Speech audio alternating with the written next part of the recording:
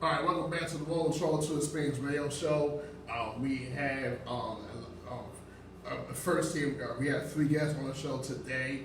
Our first one is Jennifer Smith. How are you doing, Jennifer? How are you doing? I'm doing great. Happy to be here. Blessed to make it. Yeah, I know. Touch and go for a minute. It was definitely touch and go. Yeah, it's one of those just you're not sure. Like, Yeah, because I got your email last night. You had another date, so I was like, okay, that's for me. It was a 15. So there's a lot. It's a lot going on. So.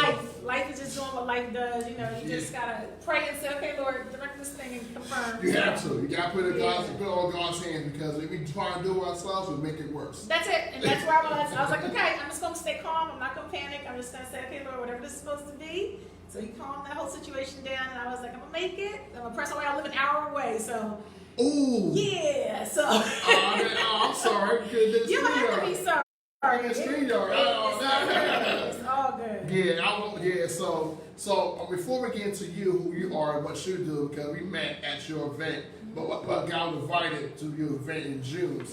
So I wanted to know, what's your views of what's been going on in our country in terms of this social justice, and also in terms of this gun violence going on in Philly, especially our youth. 103 now have been shot. So what's your perspective on that?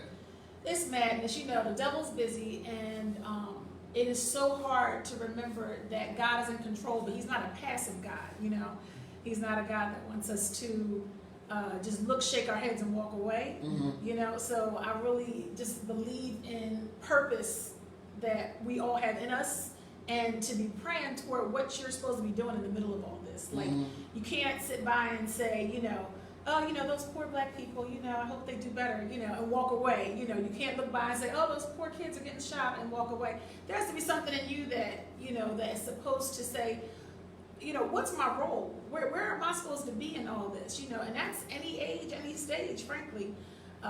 It's important to take that pause and revisit, no matter what your gifting is, no matter what your skills and talents are, and say, what could I be doing? Because it's not okay, you know. And if I am a true follower of Christ, he wasn't, you know, a passive God. You know, he was flipping tables in the temple. So, you know, we have to be willing to make stands. And I think the church is being called to carpet right now with that. I think they are being called to, you know, to wake up and say, get out the pews. What are you doing? You know, stop being comfortable and complacent. You know, and especially some of our, you know, multicultural churches that have, you know, pushed some agendas that have said that, you know, the black version of church isn't good enough, or gospel is, you know, less than CCM, you know, things of that kind of nature, and those kind of agendas. And it's time to wake up and truly look in the mirror and say, you know, have I been a part of this bias? And is it time for me to look and change? And what can I do to make it better and to change the whole dialogue in this world with those who are supposed to be believers? You know, if we all make it to the same heaven, you don't have your own neighborhood. So, you know, and then, you know, are you drawing those who are lost and who are suffering? You know, there are people out here that are just going through it, and they're looking at the church, sitting down comfortably, doing nothing. So it's, you know, I think it's a whole lot of, I think Jesus is sitting there going, y'all better wake up, I'm talking, you know. There's a lot of conversations we need, because I was playing the feature about how people shaping the Bible and stuff like that, how they use it to oppress people, you know. And so, and like, because Jesus believed all lives matter. If all lives matter, why the black lives matter? So because you can't be Christian and racist at the same time. You can't be that. You can't do that. Not a true follower of Christ. No, you can't be both. You gotta be either or. You can't be one or the other. You can't be lukewarm. And so, that's right. And a lot of times our church, it's the church that it's not. It's just the church of who we are inside. Because we've been home mostly for 5 months. God isolated us for a reason. You know, so what we're gonna do about this? It's like sometimes people that came out worse than this, acting worse. Yeah. So like at this point, it wasn't like this much gun violence amongst our youth last year. I mean, it was there, but it's sad, but it got worse. It's gotten worse. And it's like, and a lot of people are doing too much talking and not doing much action. You know what I mean? Because a lot of times we do these marches. That's great. I fairly pause, but how do you do a march in the afternoon? Then someone gets shot at night. I mean, like, so it's like, It's Yeah. like there's gotta be some kind of solutions in place that Yeah. the tangible they're going to work, because a lot of times all these riots are not working. They're not really working. And you gotta address things like therapy in Black communities. And mental health should be very It's important. gotta be a part of the conversation, because you're not looking at things like, when we shut down, there are some people that had great, comfortable homes that, were safe and beautiful to go to, and they were able to figure it out as a family. Yeah. Then there were other people that were like, okay, school was my only outlet, or walking through the neighborhood was how I calmed myself down. And what do you do with those people that are trapped at home or didn't find resources or didn't even know what was available because all the government you called is shut down. You can't reach anybody. So, you have these people who are boiling, inside, or that are already on the brink. And therapy is stigmatized in our community, so we don't seek it out. We don't know it's okay to talk. A lot of our Black men don't know that it's a safe place and that they won't be mocked or ridiculed. And we got that's again because of our own trauma. Because I'm man, I put it out here. I go to therapy. Yeah.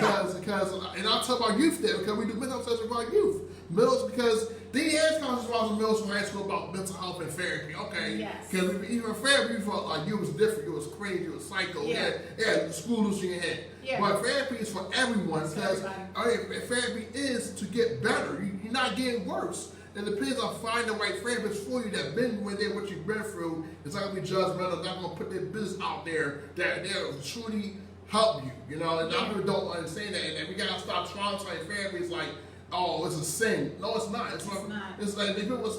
It's like that's because a lot of times we are our own worst enemy. Yeah. Yeah. So. And it's a lot of PTSD just from being in this sin-sick world. And being home. Just being here. Yeah. Being here causes, just the things you go through as a child, some of the things you experience as an adult, hide it on the inside.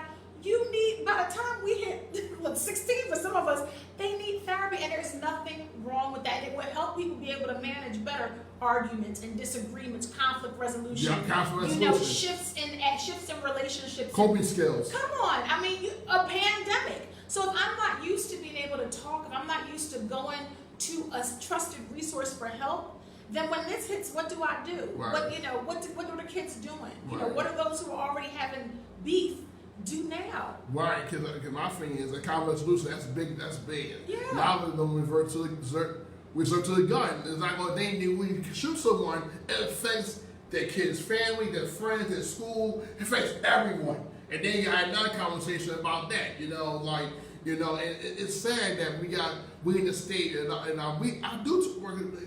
we do talk about trauma and mental health in middle school. Yeah. Because we trying to get them, because a lot of us carry that trauma from 8, 7 to our adulthood. We make all these bad decisions because of our trauma, because we never had the guts to deal with it, or had found someone that say, oh, this is available? Okay, I'll go here to deal with it. You know what I mean? So, Even my middle school, I have a 14-year-old going into high school. Oh, yes. Yeah, football-sized kid, big old boy. And they took away sports. And they took away sports, and they took away the high school experience. And at one point during the pandemic, I found him in his room a lot. And I said, finally, I said, hey, buddy, what's going on? You're not coming out hanging out with the girls. I have a lot of daughters. And, I said, you're kind of trapped in here a lot. What's going on? And he said, Mom, to be honest, and I've taught him how to really express himself. He said, Mom, to be honest, I'm feeling a little depressed not being around my friends. That's real. Like, you can't ignore that and go, oh, you'll be okay. You don't pat that away. You need to take that and say, you know what? Let's get you someone to talk to. Let me find ways to resolve this in a safe way for you. And I'm gonna not only hear you, but I'm gonna tell you that's important. What you just gave me is so relevant that I'm gonna be actionable. Yeah. And that's the thing, is letting these kids know, letting these people know that if you bring a problem out, nobody's going to mock you or slap it away. We'll give you a resource. We're going to give you a resource, and then they'll be willing to keep. Hopefully, he'll always be a person that draws out his feelings. Yeah, and we had to. You got to draw those feelings. You can't hold them in anymore. You can't. I said we cannot be silent anymore. No. Because we might coach one person one day, you might snap on them because someone said, but then I don't know. You're like then.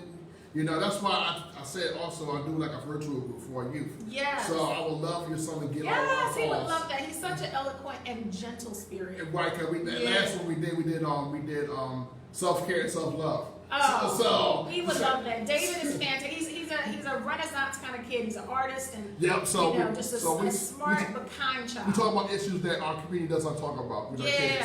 Yeah. So it's on Zoom. It's free. It's no. I love it. So I'll give you information on that. Thank you. Yeah, because I want to join because I want to be part of this conversation. Because I do that. Yes. Because being around adults that care for them, that will support them going to high school. You know what I mean? And that's a good thing that comes out of this quarantine. You know, it's always trying to look for where is God.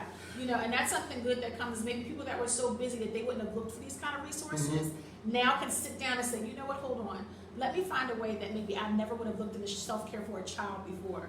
That I'll slow down and I'll say, you know what, maybe this is a good time. Especially that's why we do do the work. That's why God called me. God told me because we started this like last month, literally. That's because it was supposed to be like a camp if we had all the resources outside ability, but we wanted to do virtual because a lot of kids were home 4 months. Yeah. They were outlet to talk to. Yeah, you know, that's it. So, you know, or they were stuck to their friends. You know what I mean? And we could see, you know, because you see them on Google Meet, it's little, but it's not the same. You know what I mean? Not the same. It's not the same. But a lot of my kids, like it was hard. And now the program I'm doing, my job, it's really been helpful. My kids are like, it's like they are more hungry because they feel safe. Yeah. They can be on talk, and we'll be transparent, authentic. You know what I mean? Absolutely. And hopefully we can stay with them throughout the school year because the school district is a whole other issue with them.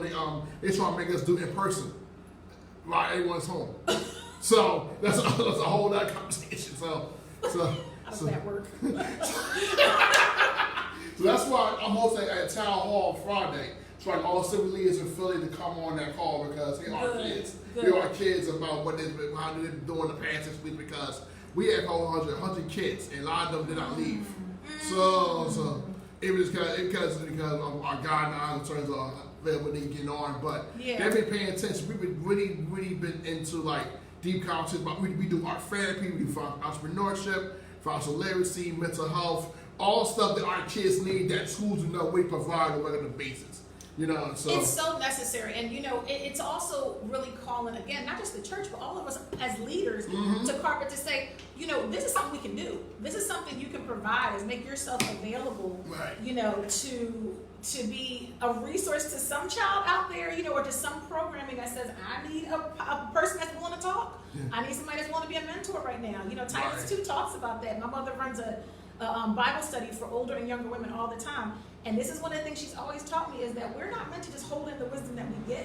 Yeah, share it. You're supposed to share this. It can be a testimony. That's what I'm saying. What are you doing holding it in? You know, went through 35 tests and storms, and you're just going to hold everything you got out of it to yourself? Like, that stuff is meant to be shared. But also you have to be the right person to share it to someone but not receive it. You know what I mean? I get her point. Yes. You got to be mindful who you share it to because it's out of the time place for that. So we kind of make comments. We didn't ask. We got to ask him, who's Emma Smith? Who are you? We ready? Ooh, that's a loaded question. Okay. Well, Jennifer Smith is a mother, a person that has had to be reinvented, I think, like everybody else has. Okay. You know, I used to be a person that was a corporate girl, working in marketing, this and that was all fine and well. And then God changed things, you know, and He redirected my path. And it's scary to have your path redirected when you're not 20, you know, when you're not young and life is easy and, you know, fresh and free. So, you know, He really made a lot of changes. I was a caregiver for my first husband who had ALS. So I was 5 years a caregiver. And then after he passed, the Lord gave me a period of quiet with my children. And then I was remarried, and it has really been a shift because God is like, I gave you a period of peace, and I gave you a period of quiet, and now it's time for your life to shift. And, you know, it's been amazing, and it's also been scary. I was never the entrepreneur type. Okay. And God has planted a seed of entrepreneurism where it originally came from the dance world. I love to dance. I love to dance salsa and bachata and African dances like kizomba and samba, line dancing. I've always been a dancer. And I ended up being a leader because I think sometimes when your light shines, it's just going to shine. And so I ended up hosting dance events and forming an actual business out of that. I decided to turn that into an official LLC this year because I put my hosting for Fun Times magazines and other platforms that I host, and I put event planning under there because I also do event planning and I sing. So, you know, I do corporate singing, I do church singing, I do event singing, and, you know, it just was the necessary thing to form this LLC, but then it turned into more because we decided to buy a restaurant in West Philly, Imperial Caribbean and Seafood. Okay, it's open? It's going to be open in a few weeks, 42nd and Lancaster. Okay. And, you know, these are things, now I'm running that, you know, it's all these seeds. We, you know, we have a DJ business where we do live DJ and virtual DJ events. It has just been such a shift in my atmosphere, you know, where I used to be this person that, you know, was just very comfortable behind my desk and my team doing marketing for years. And God is like, all the things that you've learned and some that you know nothing about that you're going to have to learn, you are still in this position where I want to use you. And it's intimidating. That's the best time when you was home, you being used by God. That's the best time when you were isolated, when you were take away from our comfort zone, but working or being with my kids or being with my people. Now it's like, okay, now I'll give this. I mean, you ain't do what? And then God told you, just trust me, just go the process and just do it. You know what I mean? That's it. And that is so where it is, you know, even down to taking the testing that you had to become, you know, to run a restaurant. I was like, Lord, I am not, what is happening? And you know, I remember just, it had to be done, we were on a deadline, and I was like, are you serious? I just locked myself, and then you know, I'm an adult, you know, so I was like, Lord, can I still study and learn and pass tests? So I had to lock myself in my office for 16 hours, study, I mean chapters, testing, and then I took the test and passed with an A. I said, God, okay, it's such an amazing thing when He says, you're not the only, you can't define what you are because I may still be making you into something new. You know, and it's intimidating, but at the same time, it's amazing, and it's a spirit of humility and gratitude that comes over you when you find out He's still willing to use you in spite of you. Right. And it's funny because we got the same testimony because He did it with me. Cause I took this, I'll never fall take a class online that was like over my budget, like my budget at the time. So I took this purpose class. And for like 3 weeks in June, because my girlfriend was taking it, so I had to like take it with her. And when I got out of it, it was like, wow. Then the teacher gave me a scholarship for another class called the Speakers Boot Camp. So I was with 2 other people. I graduated that because I thought I was speaking. I was like, I'll do it later, but I was like, you're gonna do it now.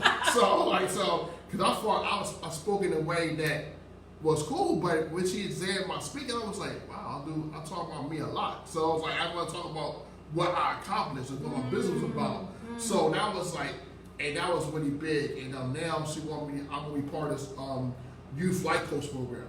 Wow. So because it's not a lot of coaches for youth. Because I want to help them get to that point when they're 16, 14, help them find out who they really are and find their purpose before they're 18. So when they're 18. They can find a purpose and find out, okay, I go to school here, or I can go to this trade school for my purpose. Because I found purpose when I was 18, when I was 14, but I didn't know what capacity that was. I thought I was going to be teaching. But I said, God told me, you didn't teach it for now. Now I'm an entrepreneur. I was like, what? Entrepreneur? But it was like, now I'm saying you're not proud because my testimony gave me all this because over my mouth, because I was complaining about my story, and I felt like I was going to be conformed to what I was. But God puts you in that comfortable state, you got to do it. You know? You got to just move. And it's, you know, it's funny, one of the other businesses we're opening is a nonprofit for youth who need apprenticeships. So, you know, in Pennsylvania and in Delaware. And it's amazing. Again, all of these things came around the same time when COVID hit. So, you know, it really, I think it's funny, the quarantine did a lot of things. First of all, if the quarantine made you just sit down and pray and just sit in your room, that's okay, because no one can define how you respond to trauma. It took away sports. So and listen. It took away sports. For some men, they were like, what do we do without listen, I didn't know what to tell my family. I was like, I don't know. I'm going to just be in this kitchen like, you know, and I mean, it really, I think there were stages of quarantine. I think there were stages. Yeah. And I know there was that first stage we were all just terrified. You know, the kids came home and they're looking at us and we're like, everything's fine, you know, just stay in the house. You know, and we're wearing our masks, everybody was trying to, you know, gather masks.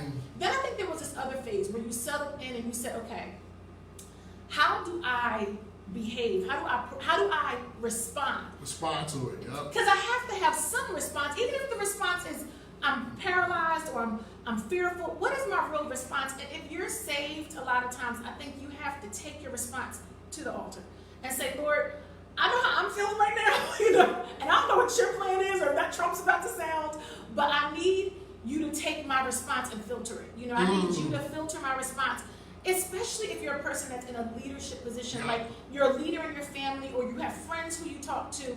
You have to be in this place where you're willing to be responsible for your response. You know, you can't just say, I'm out here losing it, you know, and you're a leader, so everybody's going to lose it with you. And it doesn't mean you have to be perfect. Right. But it does mean you have to say, okay, I have to really have done the work of saying, God, what do you really want me to say to these kids? But what do you want me to say to my friends? And what I just found was that the Lord was bringing me into this place of peace because he said, I want the families to reconnect. Okay, I want everybody to slow down. I was guilty to the busyness, you know, by 1,000-fold. So he was like, slow down, sit down. You don't have to go anywhere right now. You know, sit down, calm down, look at your home, beautify your office, create a space, you know, beautify your kids' schoolroom, create a space for them to be peaceful in this. And through all this, I just found that there was after I calmed myself down quiet enough to listen, God was speaking.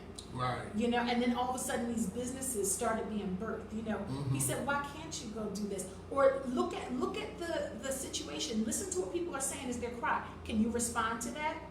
And in our weakness, he does show his strength every time. In the weakness of where we are in this pandemic, you know, God is like, and yet you still have a purpose. I'm going to use you. Yeah. You know, and it's been fascinating because, you know, like I said, this is nothing like when you asked me this 6 months ago. Oh, January 1st? What? Nope. What? Nope. We were all having our 2020 visions. What did you know? That's gone. The vision has been redirected. That's why I kind of like I'm about to fulfill vision board because God will. You create a vision board January 1st. Yeah. God can change it right. Yes. You know, like, oh, that's gone because at the end of the day, God is the final say, not we ourselves. Yes. God is the final say. He has the final say. Yep. And his say is perfect. See, and the thing that one of the things in our family, we decided to still, even though we're not going to the sanctuary, we still get ourselves dressed every Sunday for church and come down into our living room. it gave us a reason, right? It just reminded us, listen. So one of the words that he gave us during this time is that God is still good. Yes, he is. Like in the middle of this pandemic, it can be very tempting to feel like, man, God is like punishing folks and we are checking out of here and, you know, he is mad, his wrath. And look at George Floyd and that whole thing. Yes, painful. It's painful. Everybody been protest. Everybody COVID was over. I was like, God, I don't even know. COVID and then this, I don't know what we're doing. But guess what? In the midst of it, he's still good. Right, yeah, he's still good. He's still good. You know what I mean? And he woke up a nation. And if for nothing else, if he took this time to say, I want the nation to pause and slow down enough to shut you down. What was the issue that was meant for a whole year? And say, look at this people, this minority class that this nation has been built on, who has suffered quietly in some cases and then yelled and been quiet again, all through all these phases and stages. And this is a moment I'm going to ask everyone to shift. Yep. I hope we stay that way. Keep this momentum. I hope the momentum. And what's been beautiful about it is that it's been every age. It's been every stage, every demographic. Yes, you know, and that's been. And I said, Lord, even if nothing else, if you've caused America to shut down long enough to say, you all have time now. Go out in these streets. You all have time now. Have those conversations with your coworkers, with your peers, with those people that you know, your friendly neighbors. You need to have that moment. Yeah, you got to think about it. When that thing happened, everybody was home watching. It was like, what? Because that was not on to watch. It was like, you was like traumatized. Like, what? This really happened? And then you see all the protests, and then it went crazy.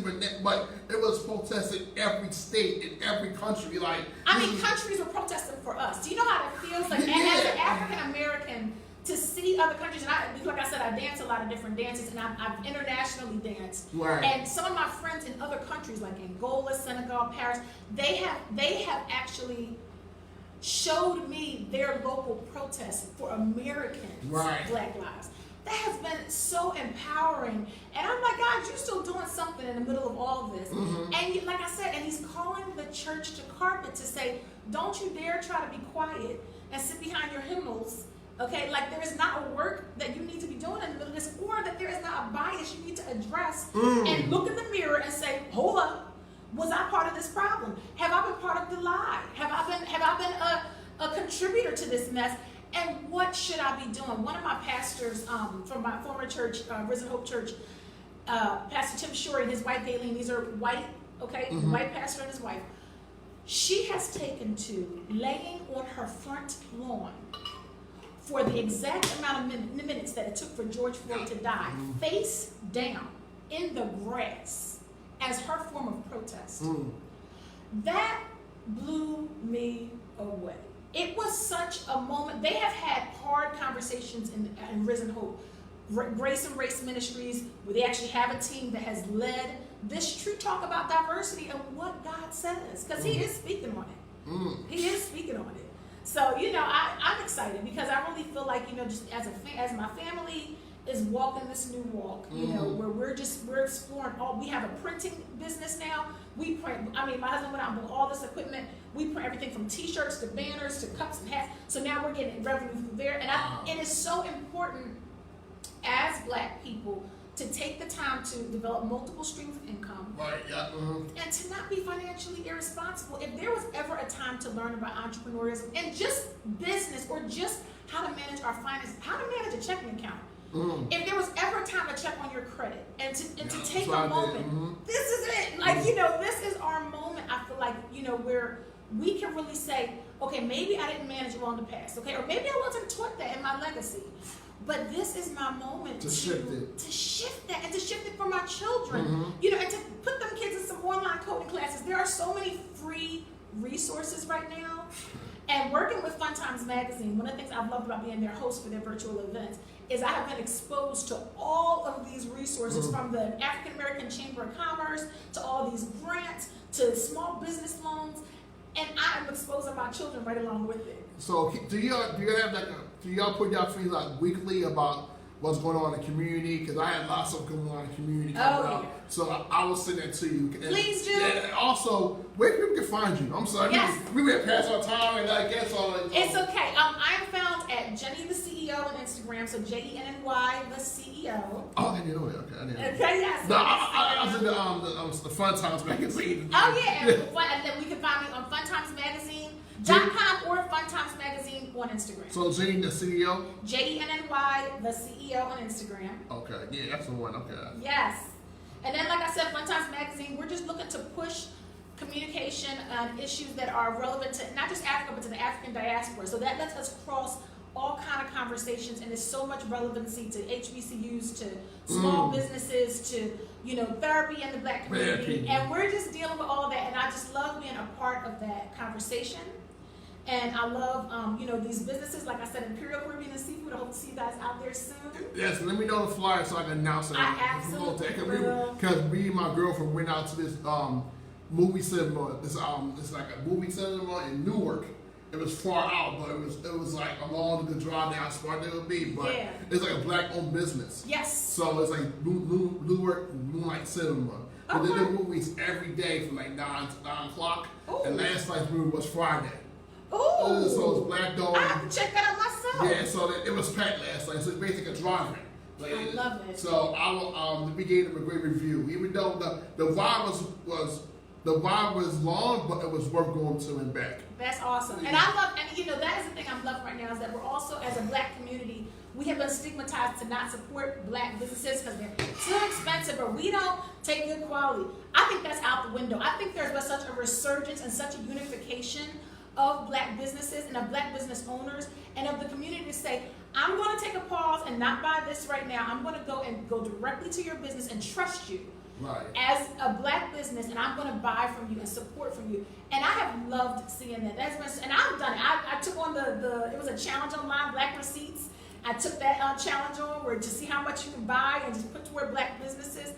I think anything we can do to support our people, and like I said, this is a special time right now. Even though it's scary, even though it's unsure and it's unstable, at the same time, let's remember that we serve a stable God who has not changed, you know, who knows exactly what he's doing, even when we don't.